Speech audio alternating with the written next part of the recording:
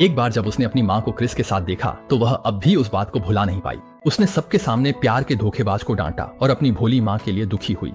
माँ, अगर आप उसका साथ नहीं छोड़ती तो मुझे घर छोड़ना पड़ेगा। शायद मेरा यहाँ आकर रहना सबसे अच्छा फैसला नहीं था।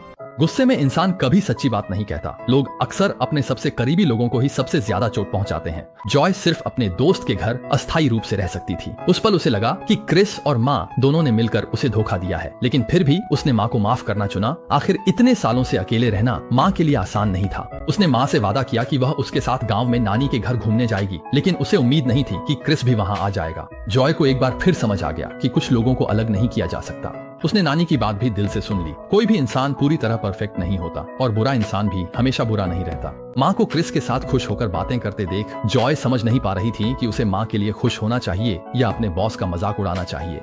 कभी कभी इंसान को दिखावा भी करना पड़ता है। रात के खाने के समय जॉय ने खुशी का नाटक किया। वह बस इसी तरह नानी के मजाक का जवाब दे रही थी।